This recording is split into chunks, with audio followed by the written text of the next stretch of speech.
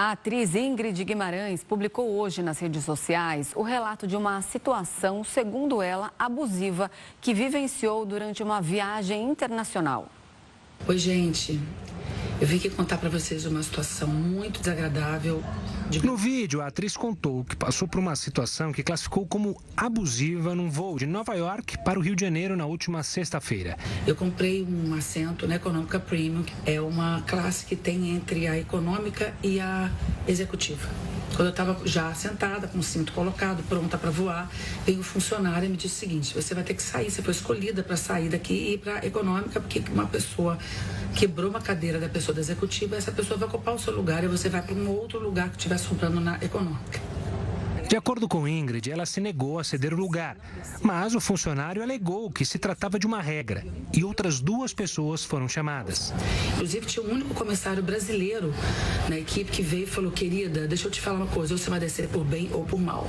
Segundo a atriz, funcionários anunciaram para todos os outros passageiros que eles teriam que descer por causa dela. É claro que as pessoas que não sabiam da história começaram a ficar chateadas, começaram a brigar comigo, a gritar comigo, dizer que eu estava atrapalhando lá o voo, e eu, diante desse constrangimento público, saí do meu lugar e fui para um lugar que não era o meu lugar. A prática de transferir pessoas a uma classe inferior é conhecida como downgrade, mas costuma acontecer para equilibrar o peso do avião ou quando há superlotação nos voos, por exemplo. A depender do caso, o passageiro pode receber uma compensação financeira pelo imprevisto. A atriz disse que recebeu um vale de desconto de $300, cerca de R$1.700, para uma próxima viagem. Em nota, a companhia aérea escreveu que tem como objetivo proporcionar uma experiência de viagem positiva e segura para todos os passageiros e que um funcionário está entrando em contato com Ingrid para entender mais sobre sua experiência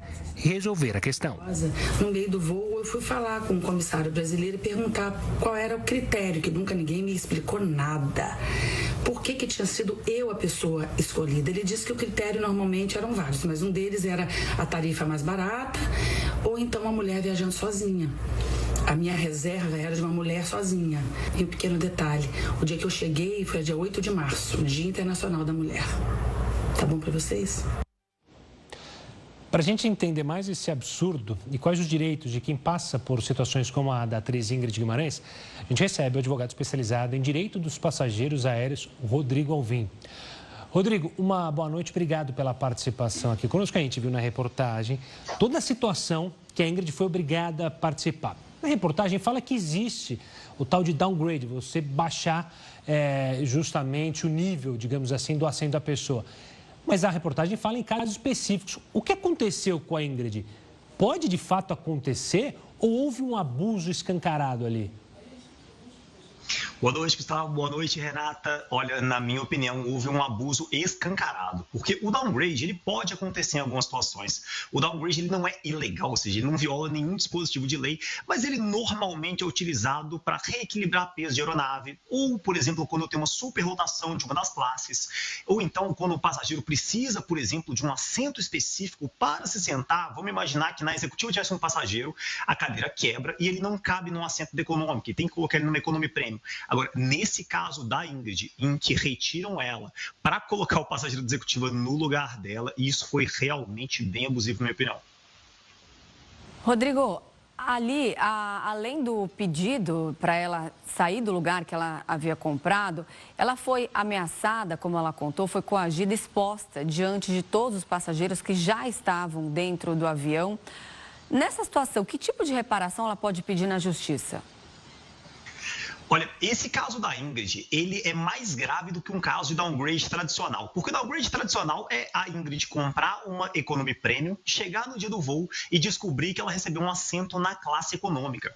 A situação dela foi diferente. Tinha o assento dela lá, ela foi retirada, passou por uma situação, segundo o relato dela, humilhante, uma situação vexatória. Então, acaba sendo uma possibilidade de ação judicial para pedir 2 coisas. Primeiro, a reparação por danos materiais, o equivalente à diferença entre o que ela pagou na economy premium e o preço de uma passagem na classe econômica, e também danos morais, pelo desgaste, transtorno, humilhação que ela passou e também, né, pela falta de conforto que ela teria numa viagem que ela pagou para uma classe melhor e acabou recebendo uma pior.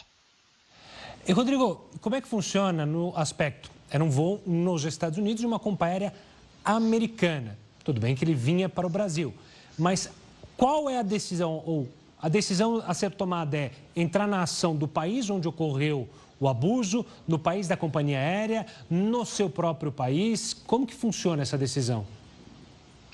Idealmente, ela sendo brasileira, ela pode buscar reparação pelos danos sofridos aqui no Brasil. Tá? Então não tem problema que tenha acontecido a sua ação nos Estados Unidos com uma companhia estrangeira, não tem o menor problema.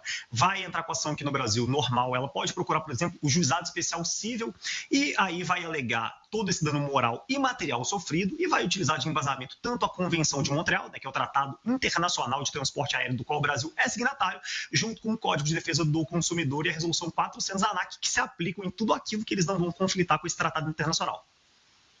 Agora, ela contou também que quando ela levantou, quando ela aceitou trocar de assento, eles colocaram um voucher aí na mão dela de $300, que na verdade não era um dinheiro, era um desconto para ser usado ali numa outra ocasião. Isso também não está certo, porque eles teriam que ter conversado com ela, eles terem chegado a um acordo, não chegar impondo uma recompensa por um ato que ela não tinha culpa de nada. Ela também pode alegar isso na justiça?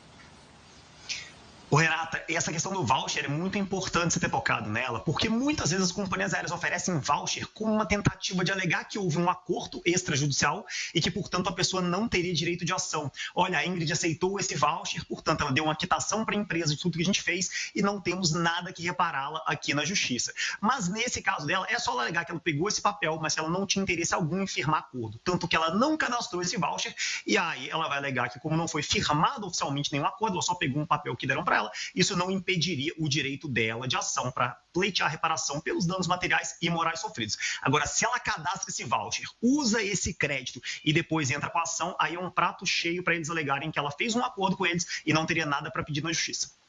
Rodrigo, uma pergunta que a gente sempre, que acho que vale fazer, porque hoje em dia a gente tem celular e filma tudo. A gente já viu várias cenas de outros abusos durante voo, brigas e desentendimentos. Se algo acontece comigo dentro de um voo e há uma discussão justamente com a equipe dos comissários, do capitão, eu posso filmar aquilo? Eu posso, olha, tá bom, vocês me falem aqui, eu vou filmar, eu quero ter prova de que vocês estão me tirando do lugar. Ou isso pode gerar até mais problemas para mim ali no local e até na justiça? Olha, você pode sim filmar a situação, só que é o tipo do cenário em que as pessoas acabam não se lembrando pelo estresse, pela raiva que acontece no momento. É muito difícil as pessoas se lembrarem de pegar um celular e tirar para gravar. Poder pode, mas o que é o mais fácil de se fazer nesse caso? Pegar o contato de algumas pessoas que estavam ali presenciando aquela situação, porque elas servirão de testemunha para provar que tudo aquilo que você narrou é verdade. Porque um caso sem testemunha e sem provas acaba ficando muito fraco, e eu falo isso bastante, que no direito nem sempre ganha quem tem o direito, mas quase sempre ganha quem tem a prova do direito. Então, não lembrou de pegar o celular e filmar? O que você pode fazer? Pegue o contato de pessoas próximas que viram pelo que você passou e convide as pessoas depois para serem testemunhas no seu processo e para retificar que tudo aquilo que você falou é verdade. Tá certo, Rodrigo. Muito obrigada pela sua participação aqui com a gente no Jornal da Record News. Uma boa noite. Até mais. Boa noite. Obrigado a vocês.